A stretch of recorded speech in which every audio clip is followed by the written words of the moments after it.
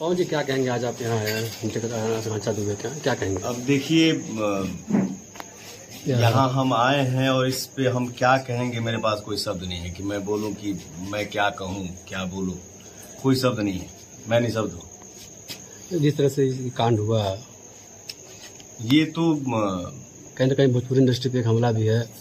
ये तो हम लोग सपने में भी नहीं सोचे थे, क्योंकि वो जितनी वो अंदर से मजबूत थी, जितनी बोल्ड थी, इतना हंसी मजाक करना, खुश रहना, मस्त भाव में रहना, वो लड़की मतलब ये कदम मतलब अभी भी हम लोगों को मतलब कल्पना भी नहीं कर सकते हैं कि मतलब वो लड़की इस टाइप का कदम उठा सकती है।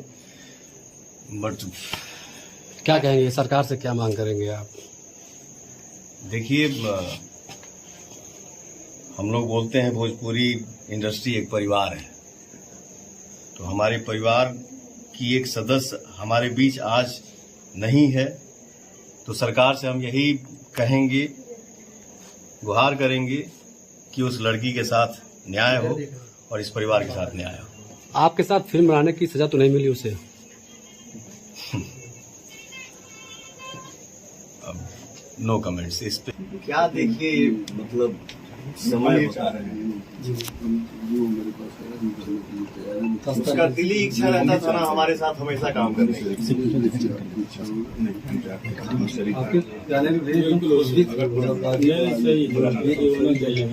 बिल्कुल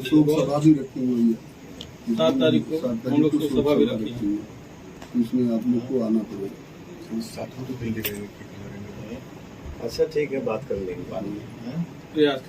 एक दिन में हमको मैसेज आया जी, मतलब हम लोग तो मान लीजिए आर्टिस्ट हैं, तो हंसी मजाक नहीं करेंगे तो कैसे काम करेंगे? सही बात है।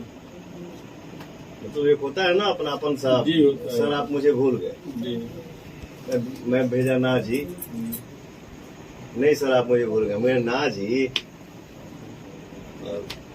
हमको वीडियो कॉल की है 8:45 में, उसी दिन, मतलब एक दिन रात में, मतलब घटना के पहले वाले रात में। तो इतना अफसोस हो रहा है कि मैं उसका फोन उठा नहीं पाया, क्योंकि मेरा फोन साइलेंट में रहता है, देख नहीं पाया।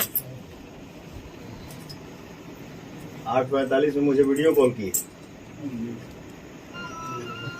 भाई से भी बात हुआ है, प्रियांशु से बात हुआ है।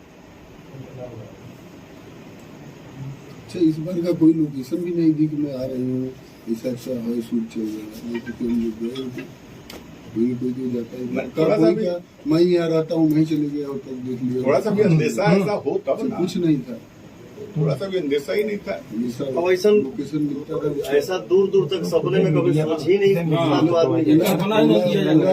नहीं होती थी, लेकिन इतना लोकेशन मिलता था कि जैसे मोबाइल देखे ना उसका व्हाट्सएप की वीडियो